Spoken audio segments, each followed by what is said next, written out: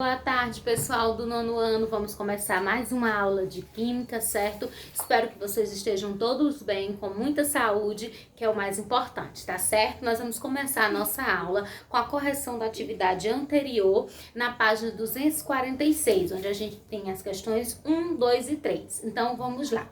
Primeiro, o que é período de semi-integração ou meia-vida? É o tempo necessário para que a metade da quantidade de um nuclídeo sofra decaimento radioativo. Segunda, qual é a diferença entre fissão e fusão nuclear? Fissão nuclear é um tipo de reação nuclear que consiste na divisão de um núcleo. E fusão nuclear é um tipo de reação nuclear que implica na junção de núcleos. Então lembrem sempre, ó, fissão divide e fusão junta, tá bom? Terceira, cite duas diferenças entre as partículas gamas e as partículas alfa e beta. A partícula gama não tem carga e as outras têm. A partícula gama tem maior poder de penetração nos materiais que as outras duas, tá certo? Então, nós vamos seguir agora, nós vamos para a página 251, onde nós temos a questão 3 e 4. A 3, examine a seguinte proposição. A radiação gama apresenta pequeno comprimento de onda, sendo mais penetrante que alfa, beta e raio-x. Esta proposição está totalmente correta. Então, letra E. A quarta questão. Uma amostra de 128 gramas de um radioisótopo sofreu desintegração e sobraram apenas 2 gramas. Sabendo que sua meia-vida é de 30 minutos, quanto tempo se passou? Essa quarta eu vou fazer aqui um cálculozinho, mas eu fiz um exemplo bem parecido para ajudar vocês. Então, pessoal, vejam o seguinte. A gente tem inicialmente 128 gramas. Ele diz que ao final sobraram apenas 2 gramas. E o tempo de meia-vida é 30 minutos. E o que é que significa esse tempo de meia-vida? Como eu expliquei. O tempo de meia-vida significa que naquele tempo de meia-vida, esse elemento vai sofrer decaimento radioativo e a massa vai cair pela metade. Então, se tem 128 gramas e o tempo de meia-vida é 30, então significa que após passar 30 minutos vai restar apenas metade, que é 64. Quando passar mais 30 minutos, vai restar metade de 64, que é 32. Quando passasse mais 30 minutos, vai restar, deixa eu colocar aqui o M para vocês entenderem que é minutos, e aqui grama, tá certo? Então, de 32, quando passar mais 30 minutos, vai cair para metade de 32, que é 16 gramas. Quando passar mais 30 minutos, vai cair para metade de 16, que é 8 gramas. Quando se passar mais 30 minutos, vai cair para metade de 8, que é 4 gramas. Quando se passar mais 30 minutos, vai cair para metade de 4, que é 2 gramas. E a gente vai parar aqui, por quê? Porque ele diz que no decaimento, ao final, sobrou apenas 2 gramas. Então, a gente para aqui, tá certo? E aí, agora, feito isso, é só você ver quanto tempo se passou para chegar aqui em 2 gramas. Então, ó, 30 mais 30, 60, fechou 1 hora. Não é isso? Ó, 30 mais 30, 60, fechou 1 hora. Mais 30 aqui, 30 minutos, com 30 aqui, fechou outra hora, 60. 30 minutos aqui, com 30 minutos aqui, fechou outra hora, 60. Então, o tempo foi 3 horas, tá certo? E aí, você marcaria a alternativa B, tá certo? Espero que vocês tenham compreendido. Pessoal, como eu disse pra vocês, como a gente tem pouco conteúdo, esse capítulo a gente tá trabalhando aos pouquinhos, então por isso que o conteúdo é pequenininho e a atividade também, tá bom? Então hoje nós vamos continuar, nós vamos falar sobre os raios-x, tá certo? Os raios-x são muito comuns hoje em dia, né? Isso nós sabemos que eles são utilizados para fazer radiografias, né? Para ver as partes internas, principalmente para ver ossos, né? Mas também são utilizados para ver pulmão e outros órgãos, tá certo? Isso é bem comum hoje, mas quando eles foram descobertos, eles foram um avanço muito grande na medicina, representaram e até hoje representam, porque eles são muito importantes para poder se identificar algumas doenças no início, tratá-las e curá-las. E no caso dos ossos, para verificar onde exatamente a quebradura aconteceu e ficar mais fácil de fazer o tratamento para que esse osso emende e a pessoa possa ter o seu osso novamente restaurado, tá certo? Então, ó, os raios-x, eles são emissões eletromagnéticas, assim como a luz solar, certo? Eles são emissões eletromagnéticas, como eu já disse, eles têm uma natureza semelhante à luz visível, como eu já também tinha falado. O tamanho, o comprimento deles vai de 0,05 angstrom até centenas de angstrom.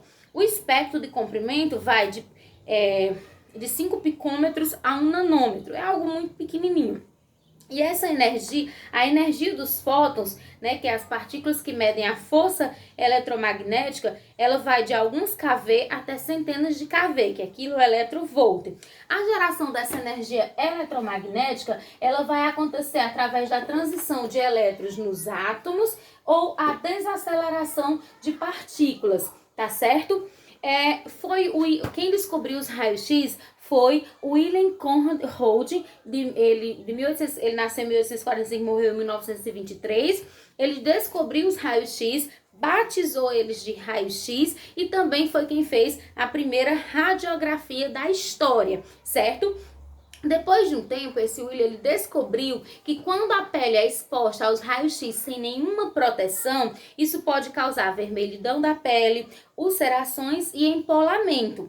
Mais tarde, isso veio a causar nele lesões cancerígenas, mortes das células e leucemia, o que acabou levando à morte. Ou seja, ele descobriu os raios-x e, sem ter noção do que eles causavam, se expôs aos raios-x sem nenhuma proteção por muito tempo. E isso causou doenças que levou ele mesmo à morte, tá certo? Então é por isso que hoje em dia, quando a gente vai fazer algum raio-x, é necessário que você fique apenas um tempo, tem que ser muito rápido. Quem é o técnico, ele não fica o tempo todo dentro da sala, porque ele atende várias pessoas ao dia, então se ele se expor todo aquele tempo, ele pode sofrer esses problemas que o William sofreu, certo? Então por isso que tem que ter muito cuidado ao se manusear os raios-x.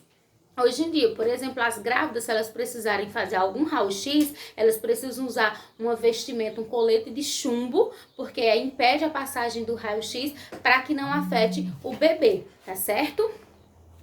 Continuando, pessoal, os raios-x, eles se propagam com a mesma velocidade da luz, né? Isso que a gente viu que é a maior velocidade que nós temos, né? Cerca de 300 km por segundo.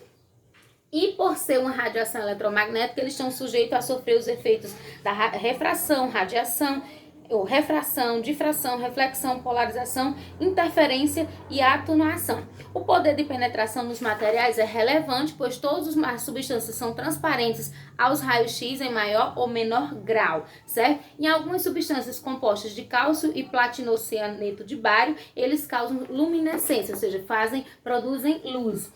Os raios-x, eles também, como eu já disse, eles se deslocam em linha reta, assim como a luz, tá certo? Agora a gente vai falar da era quântica, tá certo?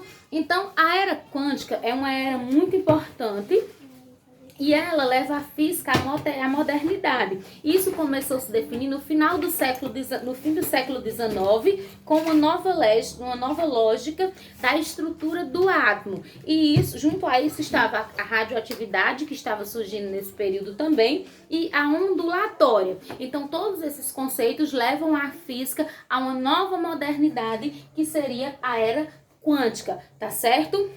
Max Carl Ernst Ludwig Planck, conhecido como Max Planck, foi um físico alemão que é considerado o pai da teoria quântica.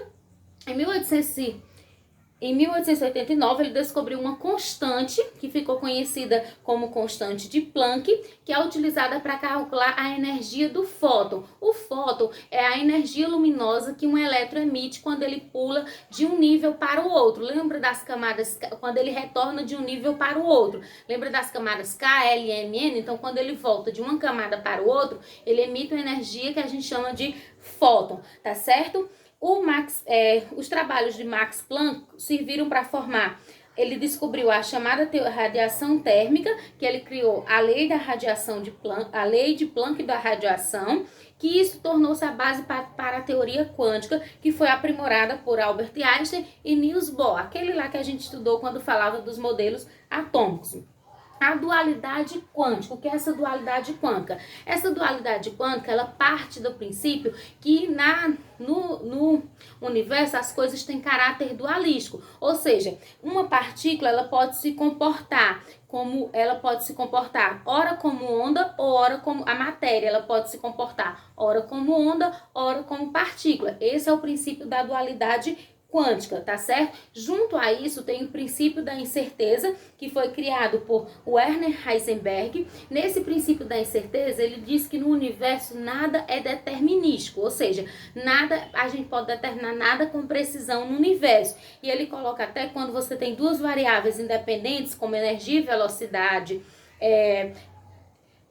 velocidade e posição, tempo e energia, elas não podem ser medidas precisamente. Quando uma está muito precisa, a outra está mais imprecisa. Então, é basicamente isso que a dualidade quântica vem dizer, que a matéria pode se comportar como onda, ora como partícula. E o princípio da certeza de Heisenberg, da incerteza, na verdade, de Heisenberg, diz isso, diz que no universo nada é determinístico. Então, até esse princípio, achava-se que tudo poderia ser determinado, tamanho de onda, comprimento, tudo isso, mas aí vem o Heisenberg e diz que no universo nada é determinístico, ou seja, tudo pode ser modificado, né? Isso nada pode ser determinado com muita precisão.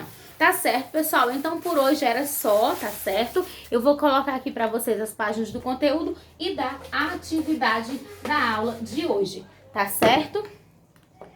Ó, pessoal, bem rapidinho aqui para vocês. O conteúdo, ele vai estar nas páginas 245 a 253. Peraí, pessoal, 245 a 247, perdão. 245 a 247. Só até a parte onde fala em até teoria da relatividade, tá bom? E a atividade, ela vai estar aqui nas páginas 252 e 253. As questões que eu quero que vocês façam são as seguintes: 5, 6, 8, 9 e 10, tá certo? Então, o conteúdo tá aqui, páginas da atividade, questões 5, 6, 8, 9 e 10. Façam e mandem para mim no aplicativo ou no meu zap. De qualquer forma, eu estou recebendo. O importante é que vocês façam e qualquer dúvida é só chamar. Estou disponível de 1 às 5. Tchau e um abraço.